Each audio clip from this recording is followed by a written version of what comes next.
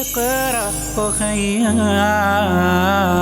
ورتل القرآن، اصبح بصوتك اسمع الأكوان. اقرأ كلام الله داوي نفوسنا، لنحس في أعماقنا الإيمان. فؤاد كالحجارة قسوة، فإذا وعى القرآن حين لانا. كم من فؤاد كالحجارة قسوة، فإذا وعى القرآن حين لانا.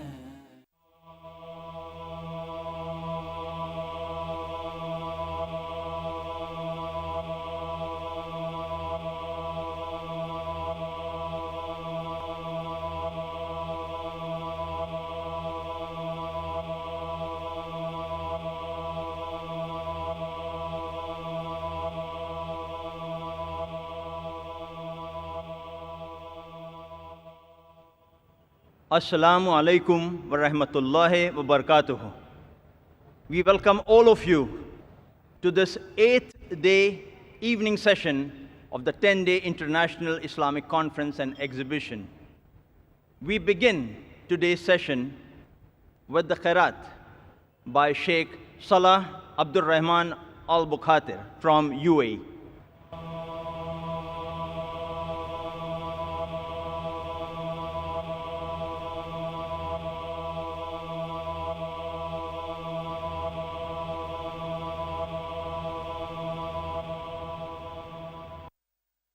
السلام عليكم ورحمة الله وبركاته. أعوذ بالله من الشيطان الرجيم. بسم الله الرحمن الرحيم. اقتربت الساعة وانشق القمر، وإن يروا آية يعرضوا ويقولوا سحر مستمر، وكذبوا واتبعوا أهواءهم وكل أمر مستقر. ولقد جاءهم من الأنباء ما فيه مزدجر، حكمة بالغة فما تغني النذر. فتول عنهم يوم يدعو الداع إلى شيء نكر. خش عن أبصارهم يخرجون من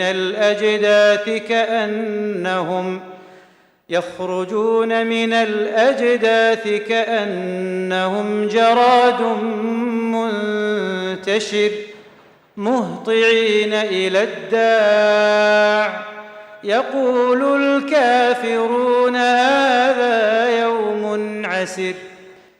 كذبت قبلهم قوم نوح فكذبوا عبدنا وقالوا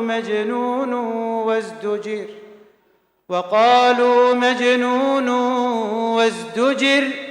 فدعا ربه أني مغلوب فانتصر.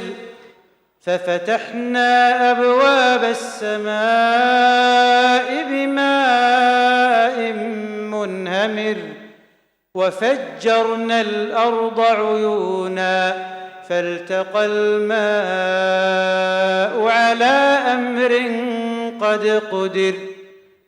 وحملناه على ذات ألواح ودسر، تجري بأعيننا جزاء لمن كان كفر.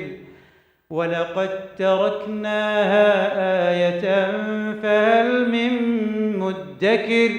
فكيف كان عذابي ونذر. ولقد يسرنا القرآن للذكر فهل من مدكر. كذبت عاد فكيف كان عذابي ونذر إنا أرسلنا عليهم ريحا صرصرا في يوم نحس مستمر تنزع الناس كأنهم أعجاز نخل منقعر فكيف كان عذابي ونذر ولقد يسرنا القرآن للذكر فهل من مدكر كذبت ثمود بالنذر فقالوا أبشرا منا واحدا نتبعه إنا إذا لفي ضلال وسعر أألقي الذكر عليه من بيننا بل هو كذاب أشر سيعلمون غدا من الكذاب الأشر إنا مرسل الناقة فتنة لهم فارتقبهم واصطبر ونبئهم أن الماء قسمة بينهم كل شرب محتضر فنادوا صاحبهم فتعاطى فعقر فكيف كان عذابي ونذر إنا أرسلنا عليهم صيحة واحدة فكانوا كهشيم المحتضر ولقد يسرنا القرآن للذكر فهل من مدكر كذبت قوم لوط بالنذر إنا أرسلنا عليهم حاصبا إلا آل لوط نجيناهم بسحر نعمة من عندنا كذلك نجزي من شكر ولقد أنذرهم بطشتنا فتماروا بالنذر ولقد راودوه عن ضيفه فطمسنا أعينهم فذوقوا عذابي ونذر ولقد صبحهم بكرة عذاب مستقر فذوقوا عذابي ونذر ولقد يسرنا القرآن للذكر فهل من مدكر ولقد جاء آل فرعون النذر كذبوا بآياتنا كلها فأخذناهم أخذ عزيز مقتدر أكفاركم خير من أولئكم أم لكم براءة في الزبر أم يقولون نحن جميع منتصر سيهزم الجمع ويولون الدبر بل الساعة موعدهم والساعة أدهى وأمر إن المجرمين في ضلال وسعر يوم يسحبون في النار على وجوههم ذوقوا مس سقر إنا كل شيء خلقناه بقدر وما أمرنا إلا واحدة كلمح بالبصر ولقد أهلكنا أشياعكم فهل من مدكر وكل شيء فعلوه في الزبر وكل صغير وكبير مستطر إن المتقين في جنات ونهر في مقعد صدق عند مليك مقتدر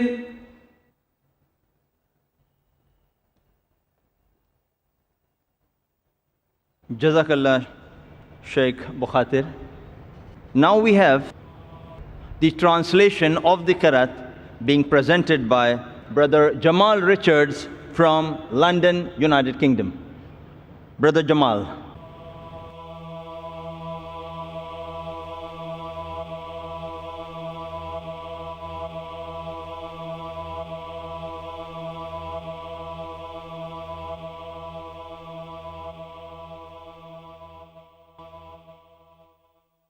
In the name of Allah, most gracious, most merciful. The hour has come near, and the moon has split in two. And if they see a sign, they turn away and say, passing magic. And they denied and followed their inclinations, but for every matter is a time of settlement. And there has already come to them of information that in which there is deterrence, extensive wisdom, but warning does not avail them. So leave them, O Muhammad, the day the caller calls to something forbidden. Their eyes humbled, they will emerge from the graves as if they were locusts spreading. Racing ahead towards the caller, the disbelievers will say, this is a difficult day. The people of Noah denied before them, and they denied our servant and said, a madman, and he was repelled. So he invoked his Lord. Indeed, I am overpowered, so help. Then we opened the gates of the heaven with rain pouring down, and caused the earth to burst with springs, and the waters met for a matter already predestined. And we carried him on a construction of planks and nails, sailing under our observation as reward for he who had been denied. And we left it as a sign. So is there any who will remember? And how severe were my punishment and warning. And we have certainly made the Quran easy for remembrance. So is there any who will remember? And Ad denied, and how severe were my punishment and warning. Indeed, we sent upon them a screaming wind on a day of continuous misfortune, extracting the people as if they were trunks of palm trees uprooted. And how severe were my punishment and warning. And we have certainly made the Quran easy for remembrance. So is there any who will remember? Thamud denied the warning and said, is it one human being among us that we should follow? Indeed, we would then be in error and madness. Has the message been sent down upon him from among us? Rather, he is an insolent liar. Indeed, we are sending the she-camel as a trial for them, so watch them and be patient. And inform them that the water is shared between them, each day of drink attended by turn. But they called their companion, and he dared, and hamstrung her. And how severe were my punishment and warning. Indeed, we sent upon them one shriek, a blast from the sky, and they became like the dry twig fragments of an animal pen. And we have certainly made the Quran easy for remembrance. So is there any who will remember? The people of Lot denied the warning. Indeed, we sent upon them a storm of stones, except the family of Lot. We saved them before dawn. As favor from us, thus do we reward he who is grateful.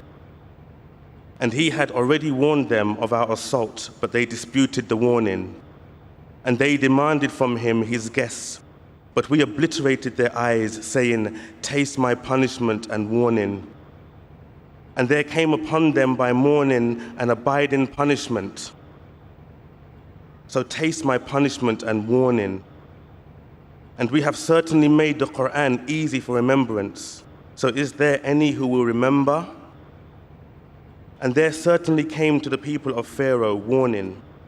They denied our signs, all of them, so we seized them with a seizure of exalted in might and perfect in ability. Are your disbelievers better than those former ones, or have you immunity in the scriptures? Or do they say, we are an assembly supporting each other? Their assembly will be defeated, and they will turn their backs in retreat. But the hour is their appointment for due punishment, and the hour is more disastrous and more bitter. Indeed, the criminals are in error and madness. The day they are dragged into the fire on their faces, it will be said, taste the touch of succor. Indeed, all things we created with predestination, and our command is but one like a glance of the eye, and we have already destroyed your kinds. So is there any who will remember? And everything they did is in written records, and every small and great thing is inscribed. Indeed, the righteous will be among gardens and rivers, in a seat of honor near a sovereign perfect in ability. Jazakallah khair, Brother Jamal Richards, for your translation. Now we start the formal public talk session. Our speaker for today needs no introduction to many present here, but for those who would not know about him, I present the formal introduction. Dr. Zakir Naik is the president of the Islamic Research Foundation, a medical doctor by professional training. He is renowned as a dynamic international orator on Islam and comparative religion. Dr. Zakir clarifies Islamic viewpoints and clears misconceptions about Islam using the Quran, authentic hadith, and other religious scriptures in conjunction with reason, logic, and scientific facts. He's 44 years old. Dr. Zakir is popular for his critical analysis and convincing answers to challenging questions posed by audiences and critics after his public talks. In the last 13 years, Dr. Zakir has delivered more than 1,300 public talks in faraway places as USA, Canada, UK, Saudi Arabia, UAE, Kuwait, Qatar, Bahrain, Oman, South Africa, Italy, Mauritius, Australia, Malaysia, Singapore, Hong Kong, Thailand, Guyana, South America, Trinidad and Tobago, and many other countries, in addition to numerous public talks in India too. He has successfully participated in several symposia and dialogues with prominent personalities of other faiths. The late Sheikh Ahmad Deedat, the world-famous orator on Islam and comparative religion, a pioneer in his field, who had called Dr. Zakir Deedat Plus in 1994, presented a plaque in May 2000 with an engraved citation on it, awarded to Dr. Zakir Abdul Karim Naik for his achievement in the field of dawah and the study of comparative religion. And he went on further to say, son, what you have done in the last 4 years had taken me 40 years to accomplish, alhamdulillah. Dr. Zakir appears regularly on many international television channels in more than 200 countries worldwide. He's regularly invited for TV and radio interviews. Hundreds of his talks, dialogues, debates, and symposia are available on VCDs, DVDs, and other digital and internet media. Peace TV is his passionate and professional, far-reaching presentation of Islam to Muslims and non-Muslims worldwide. He has authored books on Islam and comparative religion, the more popular ones being Quran and Modern Science, Compatible or Incompatible, Women's Rights in Islam, Protected or Subjugated, Concept of God in Major Religions, and Answers to Non-Muslims' Common Questions about Islam. Brothers and sisters, to speak to us today on a vital topic, Al-Quran, should it be read with understanding? May I present before you Dr. Zakir Naik.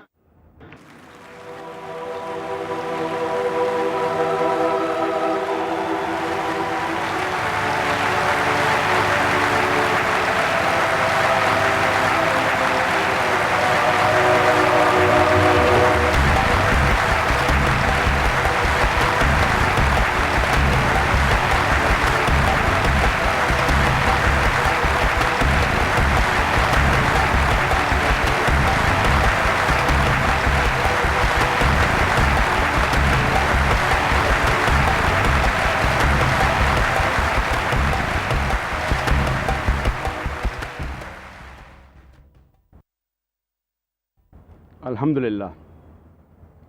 Wassalatu wassalam ala Rasulillah wa ala ali wa sahbihi ajmain. Amma ba'd. A'udhu billahi minash shaitanir rajim. Bismillahir rahmanir rahim. Wa laqad yassarna al-Qur'ana lizikri fahal min muddakir. Rabbi shrah li sadri wa yassir li amri wa hlul 'uqdatam min lisani yafqahu qawli. My respected elders and my dear brothers and sisters, I welcome all of you with the Islamic greetings. Assalamu alaikum wa rahmatullahi wa barakatuh. May peace, mercy and blessings of Allah subhanahu wa ta'ala, of Almighty God, be on all of you. The topic of this evening's talk is Al-Quran, should it be read with understanding? The glorious Quran is the last and final revelation of Allah subhanahu wa ta'ala, of Almighty God, which was revealed to the last and final messenger, Prophet Muhammad, peace be upon him. The glorious Quran is the most positive book in the world. It is a proclamation to humanity. It is a fountain of mercy and wisdom. It is a guide to the erring. It is a warning to the heedless, an assurance to those in doubt. It's a solace to the suffering, and it is a hope to those in despair.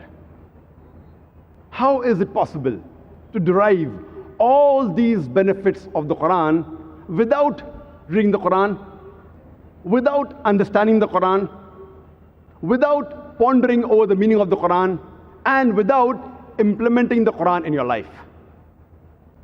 Alhamdulillah, the glorious Quran is the most widely read book in the world. But unfortunately, it is also the book which is most widely read without understanding. Because the majority of the Muslims read the Quran without understanding, that's the reason the contact, the benefit that the Muslims derive from the Quran, it has decreased. The touch of the Muslims with the Quran has declined. Imagine, if a person comes to the Quran and he goes away empty-handed, hearts untouched, soul unmoved, and the life unchanged. What a tragic misfortune it is. Allah says in the Quran in Surah Al-Imran, chapter number 3, verse number 110, Kuntum khaira ummatin ukhrijat lin-nas. O ye Muslims, ye are the best of people evolved for mankind.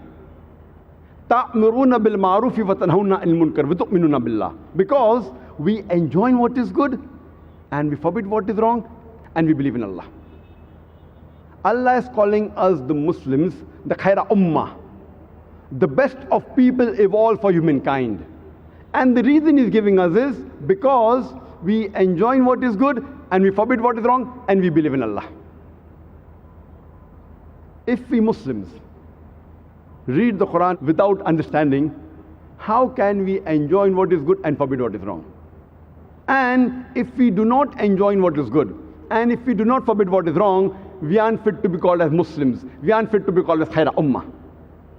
So if we want to be called as khaira ummah, if we want to be Muslims, we have to read the Quran with understanding so that we can enjoin what is good and forbid what is wrong. The Arabic word Quran is derived from the Arabic word qara, which means book. It's also derived from the Arabic word ikra, which means to read, which means to recite, which means to proclaim. How can we proclaim the message of Allah subhanahu wa ta'ala without understanding the message? And another title given to Quran is Furqan. That is the criteria to judge right from wrong. We can only judge between right and wrong if we understand the message of the Quran. Without understanding the message of the Quran, it's not possible that we can use the Quran as the Furqan, as the criteria to judge between right and wrong. Let's analyze today the various excuses given by us Muslims for not reading the Quran with understanding. The most common excuse is we do not know Arabic as a language. Today, the world population is approximately 6 billion, and about 20 to 25% of the world population are Muslim. About 1.3 to 1.5 billion Muslims are there in the world. And out of the Muslim population, approximately 15% are Arabs. And there are very few non-Arabs who understand Arabic as a language. So amongst the Muslim population, more than 80% of the Muslims, they don't understand Arabic as a language. So the most common excuse that we Muslims have not to read the Quran with understanding is we do not know Arabic as a language. When a human being is born, he does not know any language. The child, he initially learns the mother tongue so that he can converse with the family members. Later on, he may learn the language of the society so that he could communicate with the people around him. He may learn the language in which he is educated. Almost all the human beings, they at least know 2 or 3 different languages. Some know 3 to 5 languages. Some are linguists. But most of the human beings, almost all, they at least know 2 to 3 different languages. Isn't it a requirement that we should know the language in which our Creator Allah subhanahu wa ta'ala has revealed His last and final message, the glorious Quran? Isn't it a must that we Muslims should learn Arabic as a language to understand the Quran? I know that it is much easier for a person to learn a language during childhood. But age is never a barrier to prevent any human being from doing any good work. And that reminds me of the example of Dr. Maurice Bucaille. Many of you may be aware that Dr. Maurice Bucaille was a very famous surgeon and scientist who was given the French Academy Award in medicine. And Dr. Maurice Bucaille, he was selected for doing research on the mummy of Merneptah. That is, the mummy of the body of Pharaoh who was there at the time of Moses, peace be upon him, which is mentioned in the Bible. And after he did research on this mummy of Merneptah, which was found in the Valley of Kings, he being a Christian, he was aware of the background mention of Moses, peace be upon him, in the Bible. And he was aware that the Pharaoh at the time of Moses, peace be upon him, when he followed Moses, peace be upon him, when he parted the sea, and when he followed him, the sea again came back to normal, and the Pharaoh had drowned. But when he went to Saudi Arabia, there he learned that the Muslims told him that the Quran already mentions in Surah Yunus, chapter number 10, verse number 92, that Allah says, "We shall save the body of the Pharaoh as a sign for posterity." Dr. Maurice Bucaille, he was shocked that how does this book, the glorious Quran, 1400 years back, says that Almighty God will save the body of Pharaoh as a sign for posterity, as a sign for humankind. And this is not mentioned in the Bible. So that instigated him to read the translation of the Quran. And after he read the translation of the Quran, he was so much inspired that he wanted to understand the Quran better. So at the age of 50, he learned Arabic as a language to understand the Quran better. Imagine a non-Muslim, a Christian. To understand the Quran better, he learns Arabic as a language. And after he does research, he says that the scientific points mentioned in the Quran are in perfect conformity with what modern science has discovered. And unfortunately, there are many things in the Bible which do not conform with modern science. And after doing further research, he writes a book The Bible, the Quran, and science, which became very famous. The point to be noted here is, imagine a person of the age of 50 being a non-Muslim, being a Christian. To understand the Quran better, he learns Arabic as a language. So we Muslims, the best excuse we have is that we don't know Arabic as a language. I do not expect every Muslim to be as enthusiastic as Dr. Morris Bucaille, that they'd like to learn Arabic at the age of 50. But even if a Muslim does not know Arabic as a language, yet he has got no excuse, because he can yet read the translation of the Quran. And Alhamdulillah, the Quran has been translated into most of the major languages of the world. Maulana Abdul Majid Daryabadi says, the Quran is the most untranslatable book in the world. The language of the Quran is so pure. It is divine. It is noble. It is unsurpassable. It is intelligible. And that is the reason it makes Quran the most difficult book to translate. Not only does it make it the most difficult book to translate, in fact, it is a book which is impossible to translate. Yet, alhamdulillah, there are many scholars who have spent several years, who have spent decades in doing research and have translated the glorious Quran into most of the major languages of the world. Even though I agree that no translation is 100% perfect, because a translation is a human handiwork. And the Arabic Quran is the word of Almighty God, the Creator.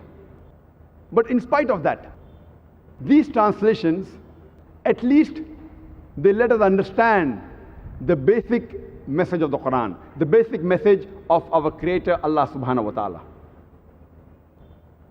We Muslims, we give excuses for not reading the translation of the Quran, saying we are very busy.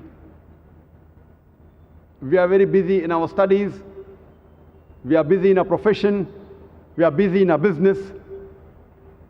Most of us, we have spent decades reading and memorizing volumes of books in schools and colleges as well as universities, just to acquire a degree. Don't we have the time to read the message of our Creator Allah subhanahu wa ta'ala? How much time does it take to read the Quran? Our beloved Prophet Muhammad sallallahu alaihi wasallam said, it's a Sahih Hadith in Tirmidhi, where he said that anyone who reads the Quran in less than 3 days, he has not understood the Quran. That means if we read the Quran with concentration, it will minimum take a person 3 days, minimum. If you read a bit slowly, it may take 5 days.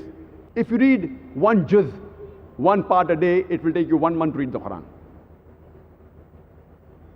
The degree that we acquire in the colleges and universities, it may or may not help you in this world. There are hundreds and thousands of graduates and postgraduates that I know that are jobless. And the education you acquire in school, colleges and universities, if it does not get you closer to Allah subhanahu wa ta'ala, if it does not get you closer to your Creator, Almighty God, then this education is useless for the hereafter. So the education that you get in the colleges, in the schools, and universities may or may not help you in this world. And if it does not get you closer to your Creator, Allah subhanahu wa ta'ala, it is useless in the hereafter.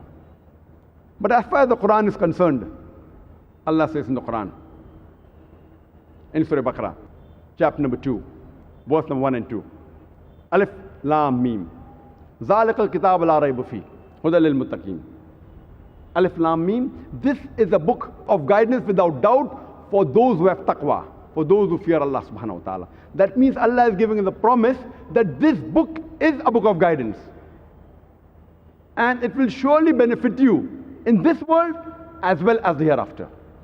Allah says in the Quran, in Surah Kahf, chapter number 18, verse number 54, that this is a book which mentions in detail many similitudes in which is benefit for humankind. But man is in most things contentious. Allah repeats a similar message in Surah Az-Zumar, chapter number 39, verse number 27, that Allah subhanahu wa ta'ala has mentioned in detail many similitudes so that men may receive admonition. If you read the Quran, it will surely benefit you in this world as well as the hereafter. You read the Quran, if you don't know Arabic, read the Quran in the language you understand. If you understand English, read it in English, the language you understand the best. If you understand Urdu, read it in Urdu. If you understand Hindi, read it in Hindi. If you understand French, read it in French. If you understand German, read it in German. Read it in the language you understand, irrespective whether you read the English translation, the Urdu translation, the Hindi translation, the French translation, or German translation. At least read the translation of the glorious Quran so that you can understand the message of your Creator. I'd like to give you an example.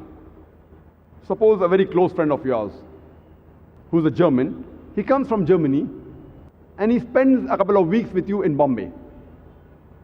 He being a German, he can't speak English fluently, but he can converse with you. He spends a couple of weeks in Bombay, and when he goes back to Germany, he writes to you a letter in German. Because he can't speak English fluently, he can't write English fluently, so he writes to you a letter in German. Now, when you get that letter in German, you don't understand German.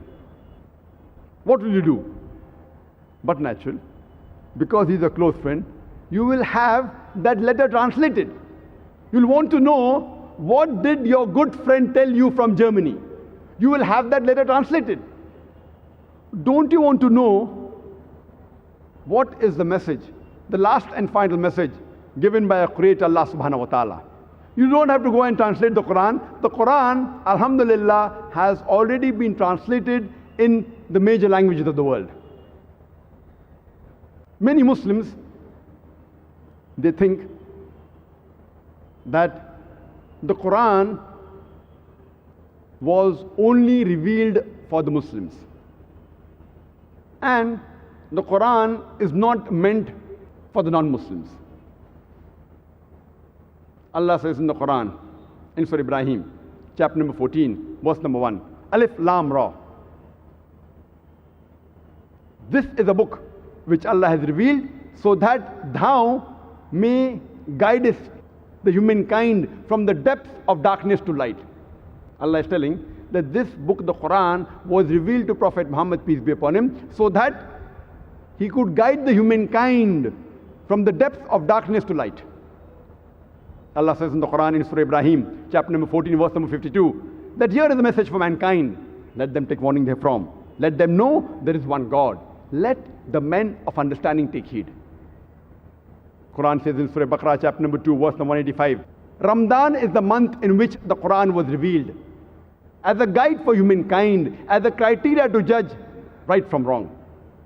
The Quran is a book which was revealed in the month of Ramadan as a guide for the whole of humankind, not only for the Muslims or for the Arabs, but for the whole of humankind, as a criteria to judge right from wrong.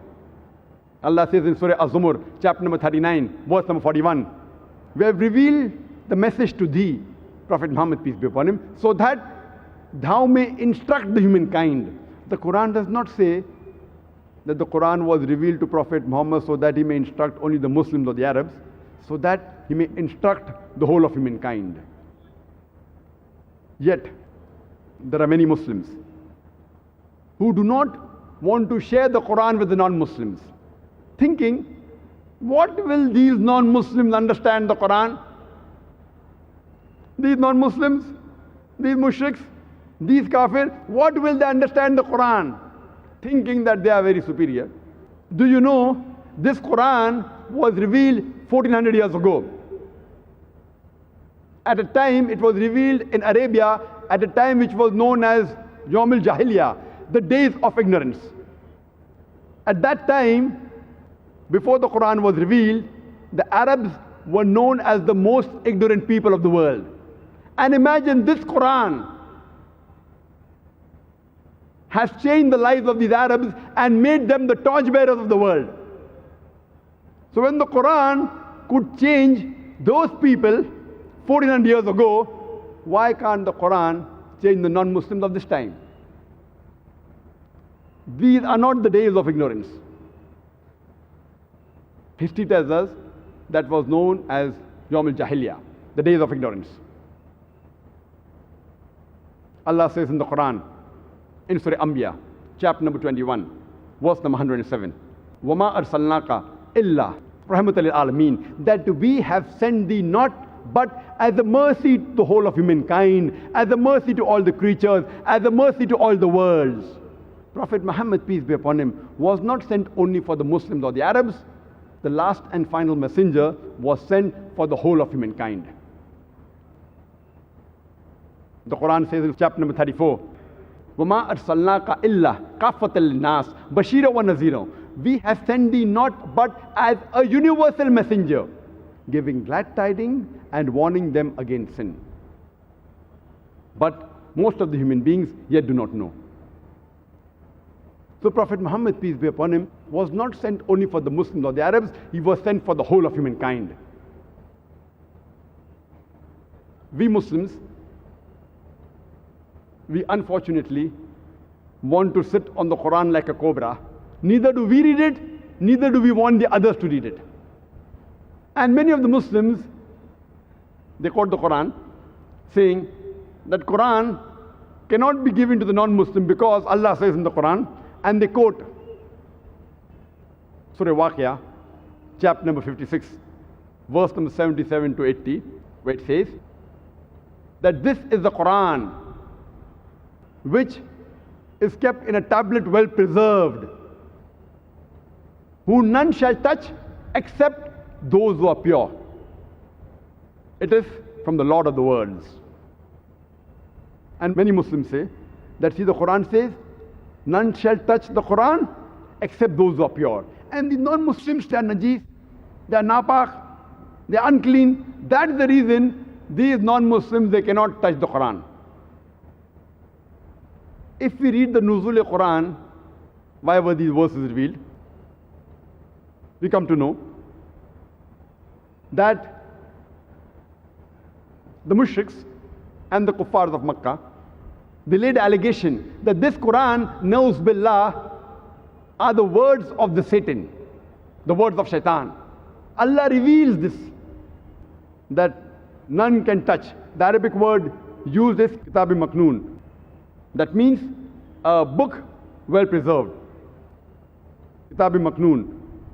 This Kitab Maknoon does not refer to this glorious Quran. This book Quran in Arabic is called as a Mus'haf. What the Quran is referring to, if we read cross-reference of Surah Buruj, chapter number 85, verse number 21-22, which says that Allah has kept the Quran in a tablet well preserved in Lawh Mahfuz. So this Quran which is being referred to the Lawh Mahfuz, the tablet well preserved, the book well preserved. It's not talking about this Quran. Because if it was this Quran, and if the Arabic word used mutaharin, that it means that only body cleanliness, then any non-Muslim can easily go to the marketplace and buy a copy of the Quran for 150 rupees, for 200 rupees, for $4, for $5. And the Quran will be proved wrong. The mutaharin word used does not refer only to body cleanliness. It refers to a person who's pure in heart, in mind, in soul, person who's sinless, referring to the angels, that none will be able to touch the Quran in the tablet well preserved Lawh Mahfuz except the angels, trying to give a reply to the allegations of the mushriks of Makkah that this Quran was not the words of the Satan.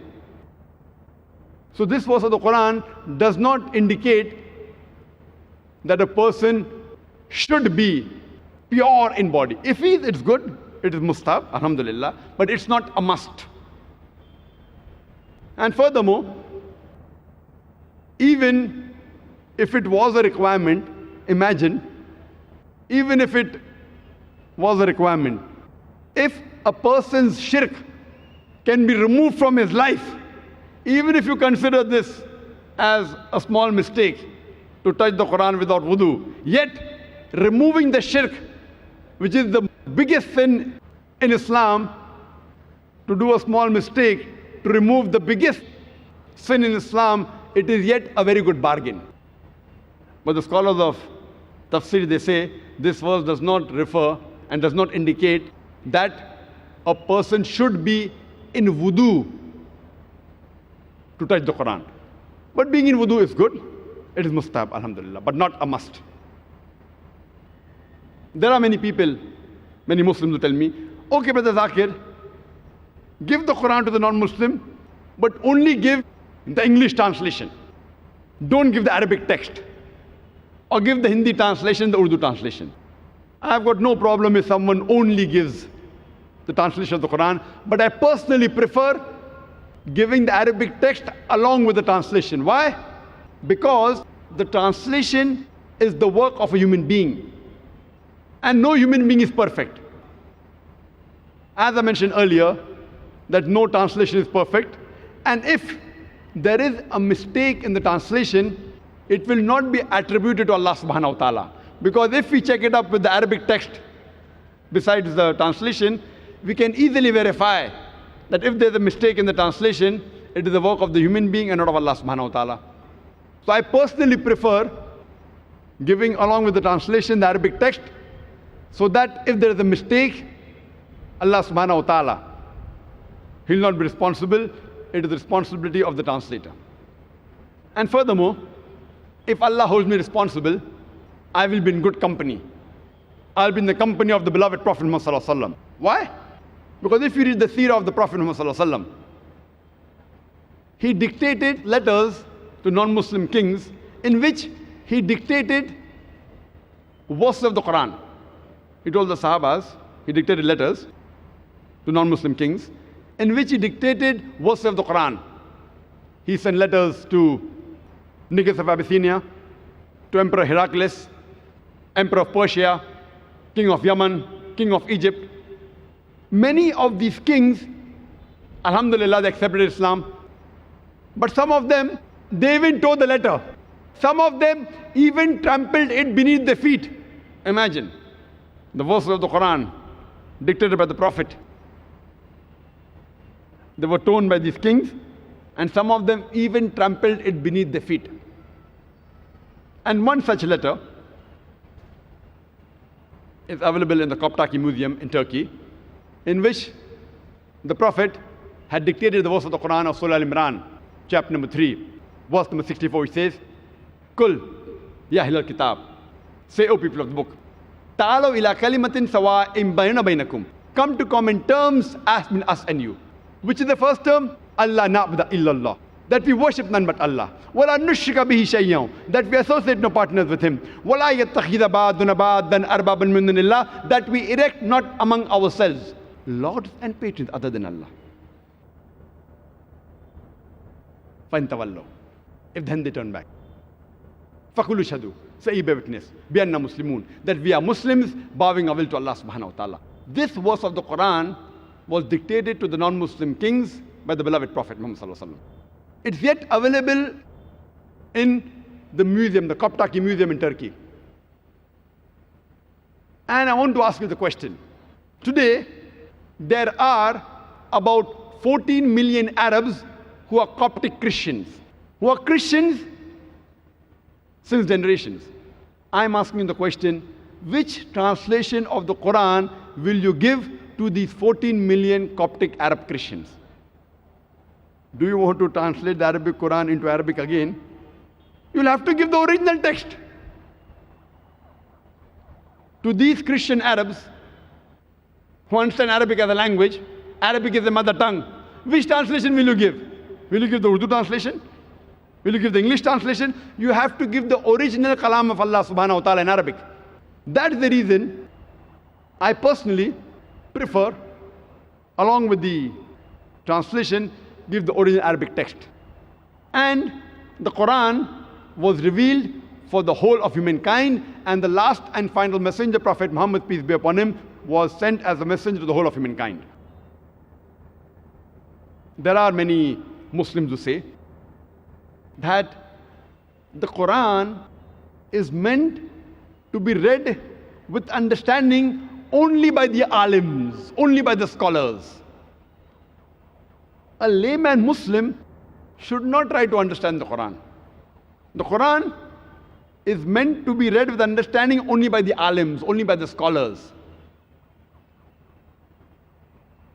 I started my talk by quoting a verse of the Quran, which is also recited by the Qari in the beginning of the program, which occurs in Surah Qamar, chapter number 54, no less than 4 times. Surah Qamar, chapter 54, verse number 17, verse number 22, verse number 32, and verse number 40. وَلَقَدْ يَسَّرْنَا الْقُرْآنَ لِلذِّكْرِ فَهَلْ مِن مُدَّكِرٍ. We have made the Quran easy for you to understand and memorize. Then which of you shall not receive admonition? Allah subhanahu wa ta'ala, our creator, says that we have made the Quran easy for you to understand. Then which of you shall not receive admonition? Allah says in the Quran in several places, in several verses, including Surah Baqarah, chapter number 2, verse number 242. لَعَلَّكُمْ تَعْقِلُونَ, so that they will understand. Allah says in Surah Hijr, chapter number 15, verse number 1, Alif Lam Ra, Tilka Ayatul Kitab, Wal Quran al Mubin. That Alif Lam Ra, these are the verses of the Quran that make things clear to you. So Allah subhanahu wa ta'ala is saying that this Quran, we have made it easy for you to understand. Allah says, so that they understand. Allah says, we have revealed the verses of the Quran so that it will make things clear to you. So who will you obey? Who will you follow? Those Muslims who say that the Quran was only meant for the scholars to understand it, or should we follow the guidance of the Creator, Allah subhanahu wa ta'ala, that it was made easy for the human beings to understand? If you don't understand certain things, Allah says in the Quran, in Surah Nahl, chapter number 16, verse 43, and Surah Anbiya, chapter number 21, verse number 7, Allah says that if you do not know, ask the person who possesses the message. Ask the person who possesses the knowledge. That if you do not know anything, if you do not possess the message, ask the person who's knowledgeable. For example, if the Quran speaks about science, who will you go and ask? Will you ask the cobbler? Will you ask the barber? You will ask a scientist, because a scientist is an expert in the field of science. A scientist is an alim in the field of science. Similarly, if the Quran speaks about medicine, who will you ask? But naturally, you'll ask a doctor, because a doctor is an alim, he's an expert in the field of medicine. Similarly, if you want to know something about Nuzul al-Quran, who will you ask? You'll ask an alim who has gone to Darul Ulum, maybe for 7 years, for 10 years, a person who's expert about the Nuzul al-Quran.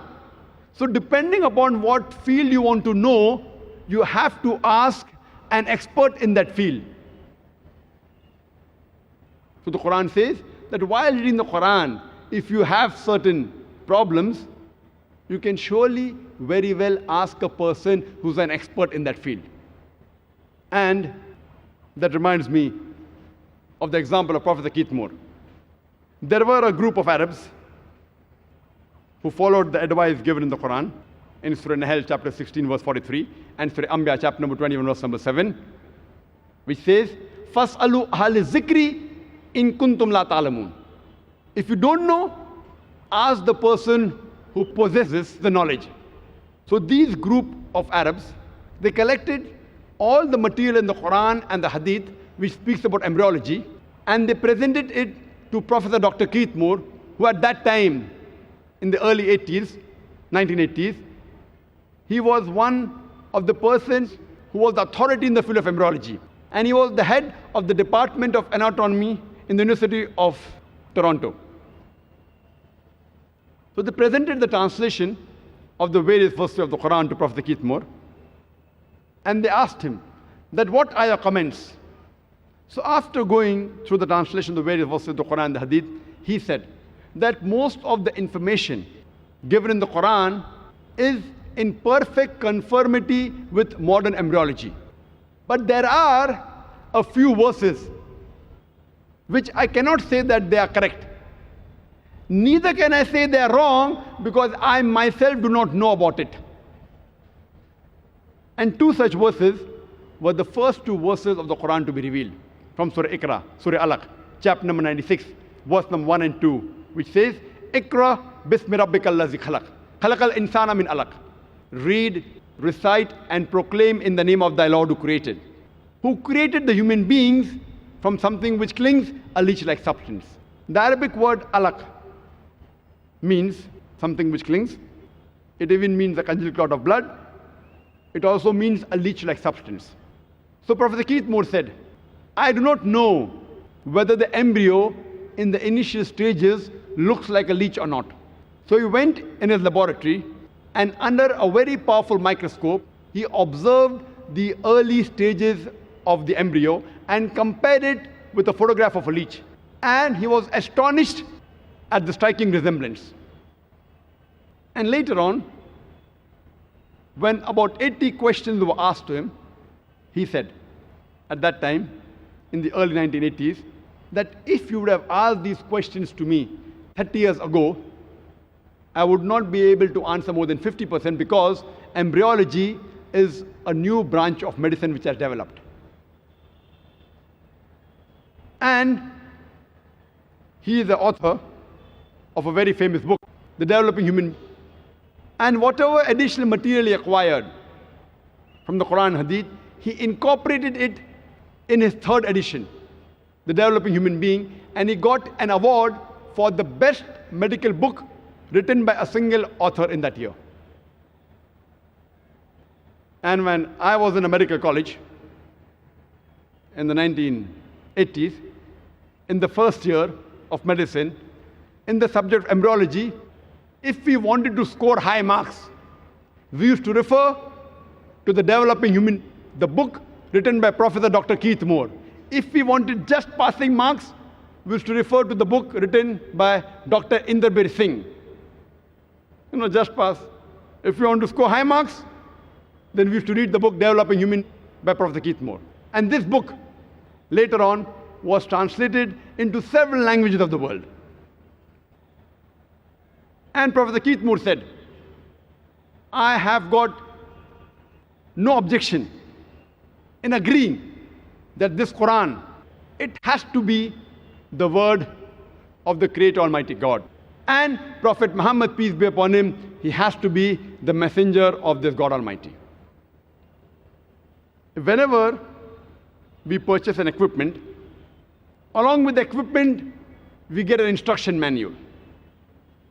For example, when we purchase a DVD player, we get an instruction manual which tells us how the DVD player should be operated. If you want to play the DVD, put the disc and press the play button. If you want to skip, press the skip button.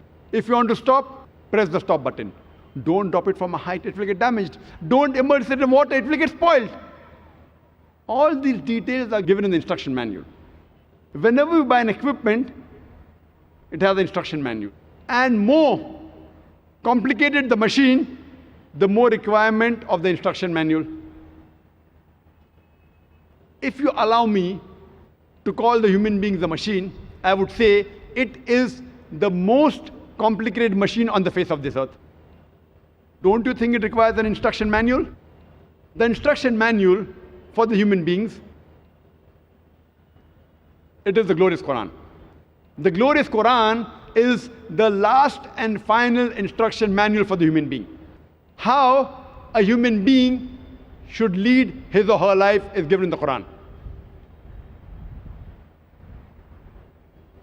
Imagine if you buy an equipment and if it is in the language you don't understand. And we know today Japan is very advanced. Most of the electronic equipment, they come from Japan. But when we get the instruction manual,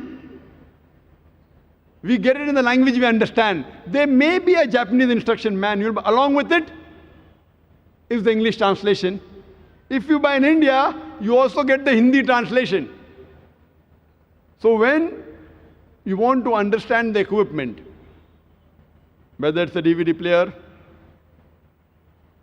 whether it's a washing machine, you read the instruction manual in the language you understand. Don't you want to read the instruction manual of the human being? What has our Creator Allah subhanahu wa ta'ala, what has He mentioned in the last and final instruction manual of the human being, the glorious Quran? We don't have to get it translated, it's already available. Previously, when automobiles were introduced, the first time in India, people did not know how to drive. So whenever you purchased a car, the company, along with the car, the company also gave you a driver. Once a Nawab, a famous Nawab, a very rich man, he buys a car. So along with the car, the company also provides the driver. One day in the morning, the Nawab Sahib, the rich multimillionaire, he tells his driver, I want to take my Begum Sahiba. I want to take my wife for shopping. Please get the car ready. The driver replies, Nawab Sahib, the car is not in working condition. Nawab Sahib is very angry. Put the car back in working condition immediately. So the driver says, to put the car back in working condition, I require 10 liters of milk, 20 kgs of pure honey, 30 kgs of pure ghee, and 40 kgs of rice. That also basmati rice. So Nawab Sahib, the rich multimillionaire, he gives the driver 10 liters of milk, 20 kgs of pure honey, 30 kgs of pure ghee, and 40 kgs of rice. That also basmati rice, top quality. The driver gives it to his wife, and within a few minutes the car is in working condition. I am asking you a question. Today, if your driver tells you that to put the car in working condition, he requires 10 liters of milk, 20 kgs of pure honey, 30 kgs of pure ghee, and 40 kgs of basmati rice, what will you do? What will you do? Will you give it to him? What will you do? You will kick him out of the job. Even though you're not a mechanic, you know how to drive the car. You know very well that a car runs on gas and petrol. It does not run on milk, ghee, rice. You know very well. Even though you're not a mechanic, you know the basics, how a car functions. Similarly, today, if you know the basic message of our Creator Allah subhanahu wa ta'ala, if you know what our Creator Almighty God has mentioned in His last and final instruction manual, the Quran, no one will take you for a ride. You will understand your deen much easier. No one will make a fool out of you. There are some people who tell me, Brother Zakir, suppose if you're driving a car, and if you have a temporary license is a kacha license in India, temporary license. And if you have an accident, the police will give you a small fine. If you have a permanent license, and if you have an accident, the police will give you a bigger fine. Therefore, if you don't read the Quran, and if you don't understand the Quran, and if you make any sin, God will punish you less. If you understand the Quran, and then if you commit a sin, then God will give you double punishment. Very good logic. So why don't you understand the Quran? Behave like a person who have a temporary license and enjoy life. Less punishment. I told this brother, for sake of argument, I agree with you, that a person who has a temporary license, a person who has a kacha license, if he has an accident, maybe the police will fine him with 1,000 rupees or $1,000. And if a person who has a permanent license, if he has an accident, maybe the police will fine him double, 2,000 rupees or $2,000. Okay, I agree with you. But the point to be noted is that if a person who has a permanent license, in 1 year the chances he'll have an accident is maybe 1. But a person who has a temporary license, who has not learned driving well, the chances he'll have an accident in 1 year is maybe 50. So at the end of the year, the person who has permanent license pays a fine of 1,000 rupees or $1,000. And a person who has a temporary license, he pays a fine of $50,000. A person who has a temporary license pays $1,000. A person who has a permanent license pays $2,000. So if he has an accident once a year, at the end of the year, he pays a fine of $2,000. And a person who has a temporary license, maybe he'll have 50 accidents in a year. At the end of the year, he pays a fine of $50,000 or 50,000 rupees. There are some Muslims who go to the other extreme, who commit excess, and they say that reading the Quran in Arabic, it is not useful. Allah says in the Quran, in Surah Nisa, chapter number 4, verse number 171, La taglu fi dinukum. Do not commit excesses in your religion. To say that a person does not benefit by reading only Arabic is wrong. There are various verses in the Quran. There are various hadiths which talk about the blessings, the sawab a person gets even for reading Arabic. Allah says in the Quran in Surah Ankabut, chapter number 29, verse number 45, that we have revealed the verse of the Quran and recite what we have revealed to you. Utlu ma uya ilayka min al-kitab, that recite of what we have revealed to you of the Quran. And our beloved Prophet Muhammad sallallahu alaihi wasallam said, it's hadith in Tirmidhi, hadith number 2910, where the beloved Prophet said that anyone who recites one letter of the word of Allah, the book of Allah, he gets one sawab, one hasna. And that is multiplied tenfold. And Allah is not one letter. Alif is a letter, Lam is a letter, Ha is a letter. So you get 10, 10, 10, 30 sawab. For example, if you recite Alif, Lam, Mim, you get 10, 10, 10, 30 sawab. And this is confirmed. There is no doubt about it. But the amount of mistakes we make throughout the day, throughout the life, the amount of sins we commit, are these 10, 10, 10 sawab sufficient to transport you to Jannah? If besides reading in Arabic, if we understand in the language we know what Allah has commanded, and if we implement the message of Allah subhanahu wa ta'ala, inshallah, you will get multiple times sawab. And Allah says in the Quran, in Surah Jummah, chapter number 62, verse number 5, the parable of those who were given the obligations of the Mosaic law, talking about the Jews, but they did not fulfill their obligations, is the example of a donkey, which carries tons of books, but they understand it not. Allah subhanahu wa ta'ala, He chose the Jews, and He delivered the message to them. But they did not do the duty. They did not follow the instructions of Allah subhanahu wa ta'ala. So Allah subhanahu wa ta'ala says, they are like donkeys, which carry tons of books, but they understand it not. And Allah says, if you do not do your job, if you do not follow the instructions of Allah subhanahu wa ta'ala, Allah says in Surah Muhammad, chapter number 47, verse number 38, Allah says, يَسْتَبْدِلْ قَوْمًا غَيْرَكُمْ ثُمَّ لَا يَكُنْ أَمْثَالُكُمْ.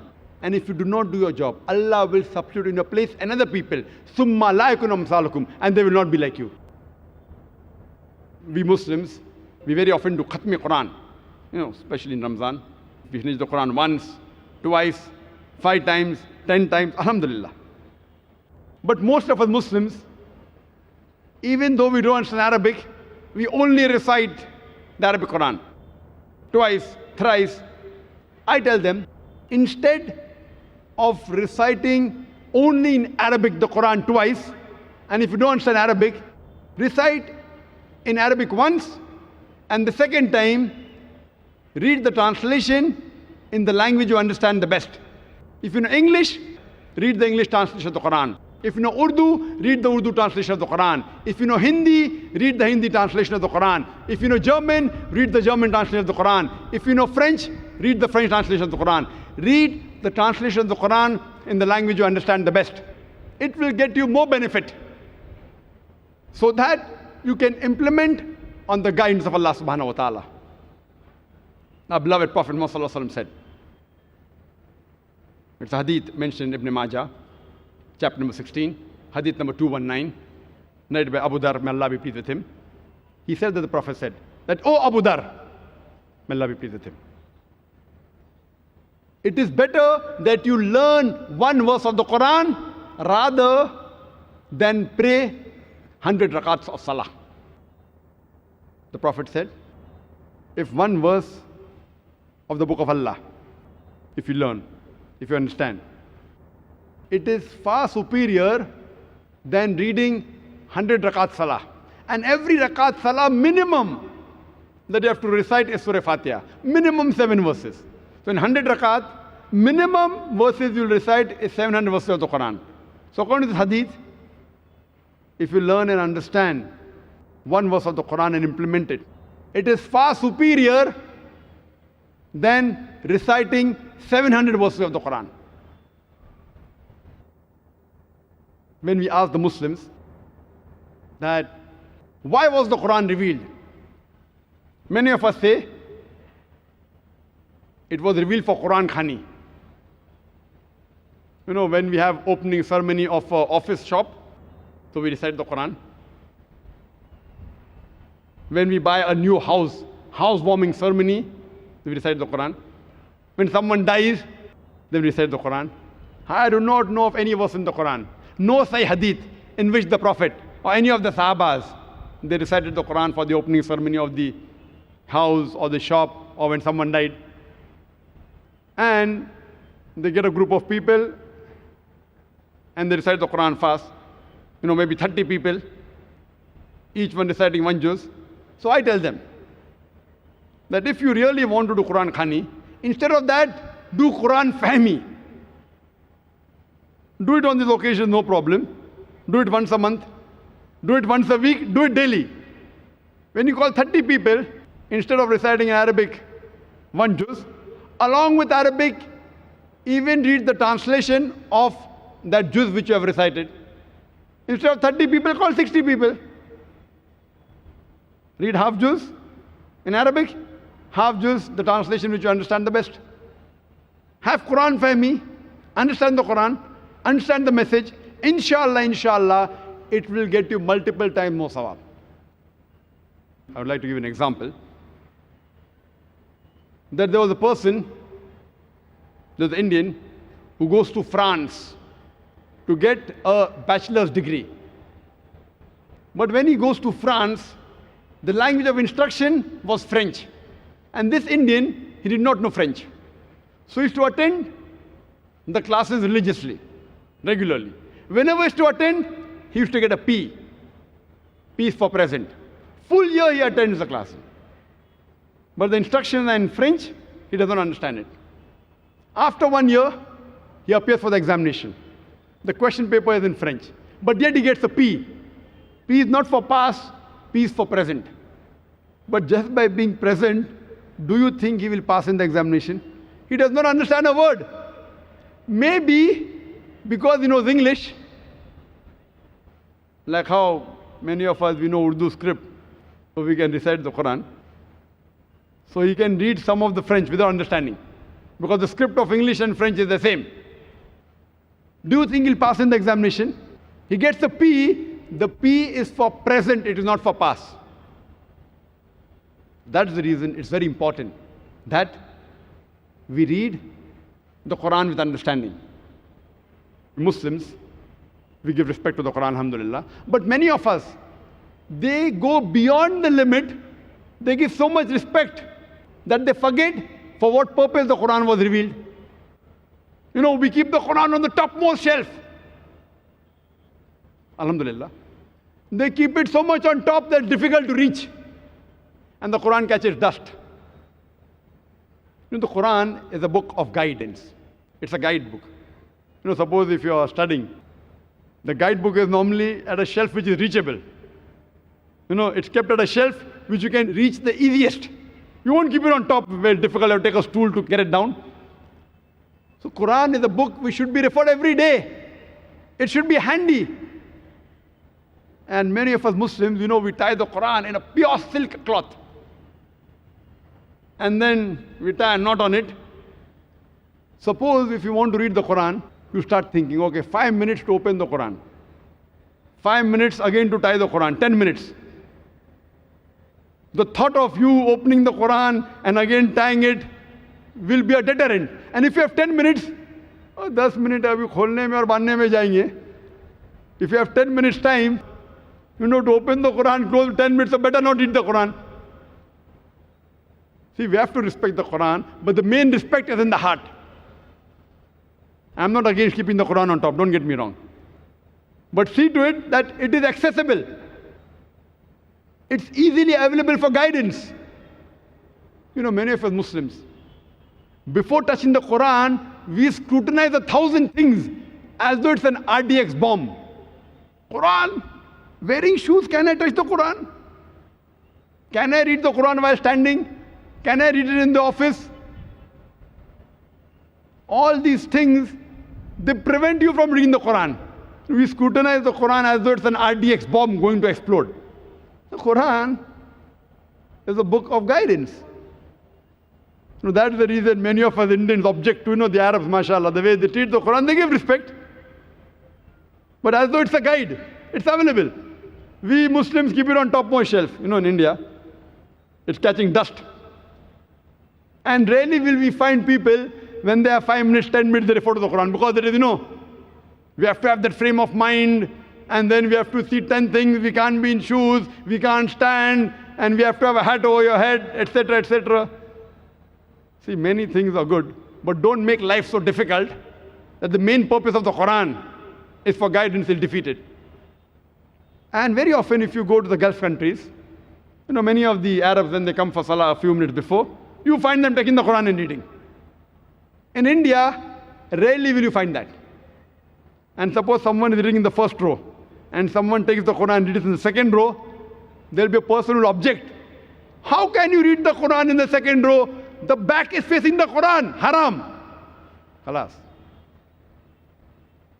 And if you have to sit in the mosque, and suppose at your home or in the mosque, if by mistake, if you happen to read the Quran while the back facing Qibla, khalas, you will get fatwa, haram.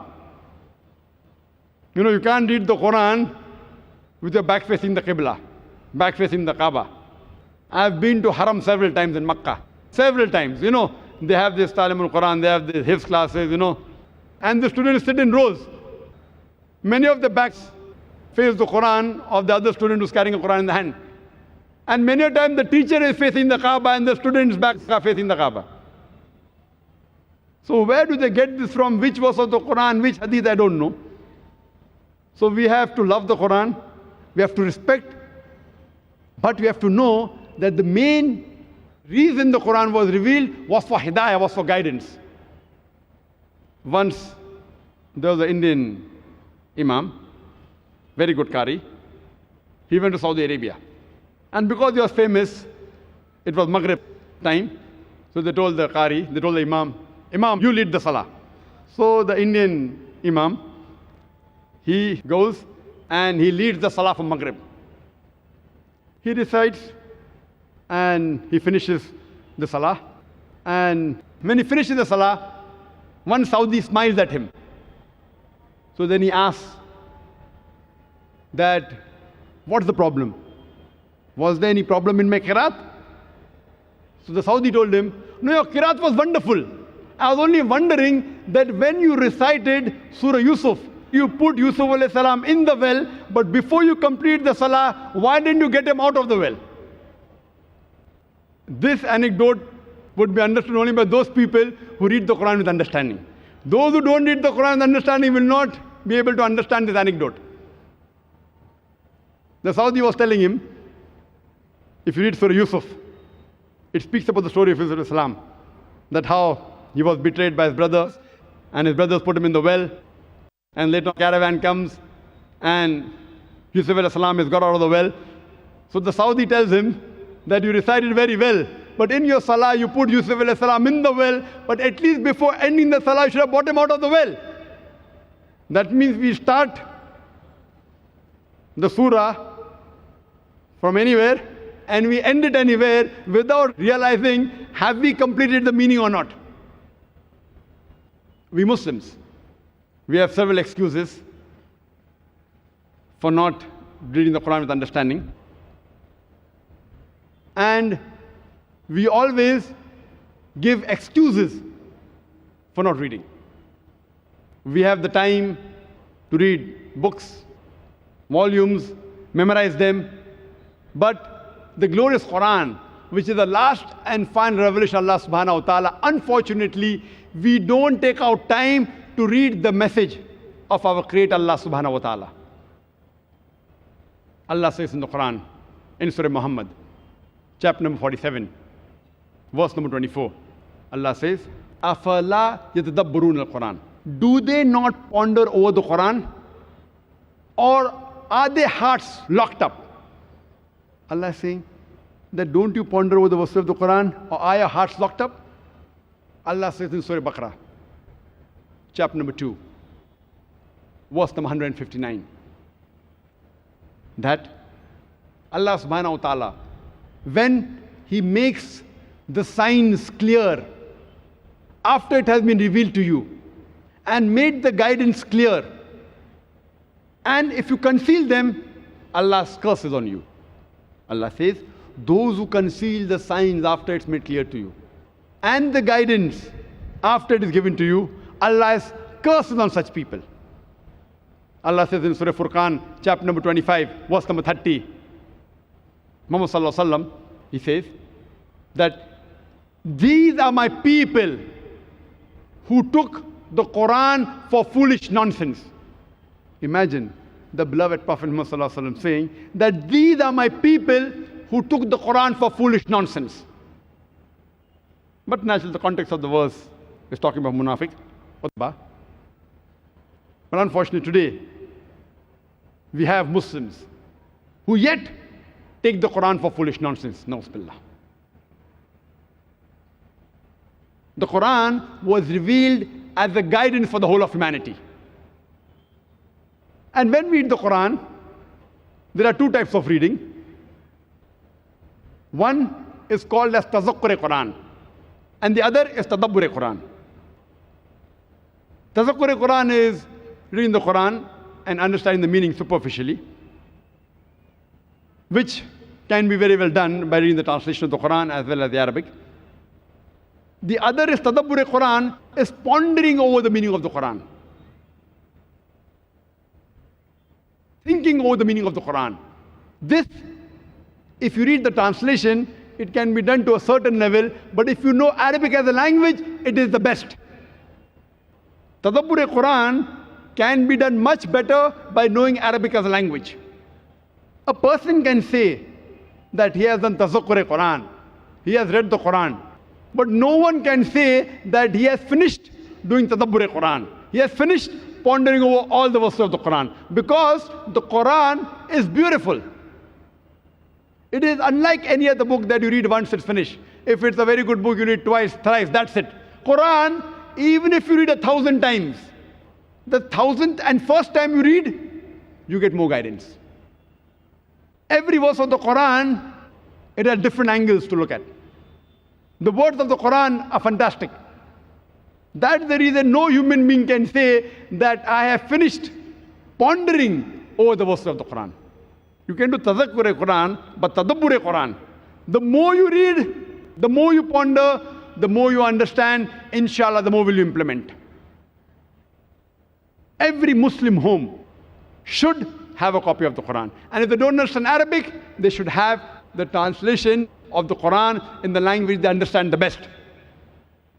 This Quran is the best gift you can give to any human being, irrespective whether he is a Muslim or non-Muslim, irrespective whether the person you're giving the gift to is rich or poor, whether it's a nikah or whether it's a housewarming ceremony. The best gift you can give, the most invaluable gift, is the copy of the glorious Quran. And if the person doesn't understand Arabic, give the translation of the glorious Quran in the language you understand the best. The best gift you can give to your child is the Quran. Many of us Muslims, we send our children to learn how to recite the Quran. Some of them may hafiz the Quran, but very few non-Arabs.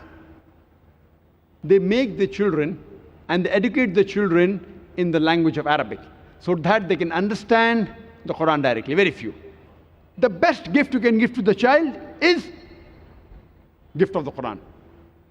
Most of us, including myself, we were unfortunate that our parents did not think it important that we should learn Arabic as a language when we were children. Don't make that same mistake. See to it that you teach your children Arabic as a language. It is the best gift you can give to your children. It is the best degree you can give. Believe me, all the other degrees of colleges, universities, it may or may not help him in this world. In the Akhirah, if it does not get him closer to Allah subhanahu wa ta'ala, it is useless. But if you give the gift of the Quran, if you give the gift of the language of Arabic, inshallah, because our beloved Prophet Muhammad said that when a person dies, three things yet get him sawab jariyah. One is what he has spent in the way of Allah subhanahu wa ta'ala. Number two, the knowledge that is spread in the way of Allah subhanahu wa ta'ala. And number three, pious children who pray for him. So the best gift you can give to your children is the gift of the Quran. It is a guide for his full life. And we should make it a habit that we read the Quran daily. Whichever time you feel is the best. Let's daily have a family gathering, mother and father along with the children, and recite depending upon the time available. Maybe 2 ruku, 3 ruku, Arabic along with the translation you understand the best.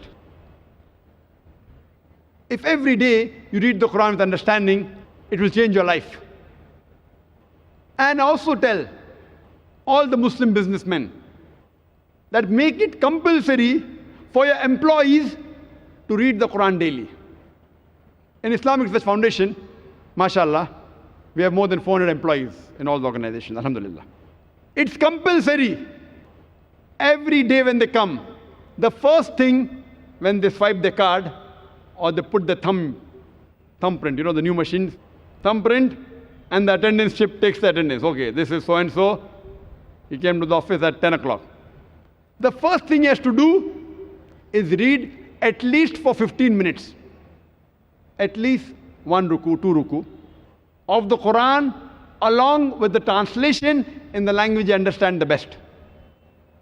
Some people will think, 15 minutes every day, 6 days a week, 12 months in a year, 400 employees.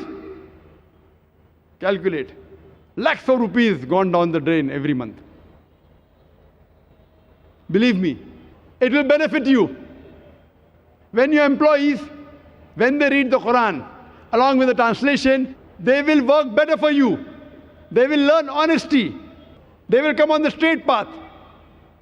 Irrespective of the employee, Muslim or non-Muslim, he will get hidayah. In our organization, it's compulsory that you should read the Quran along with translation every day. Compulsory.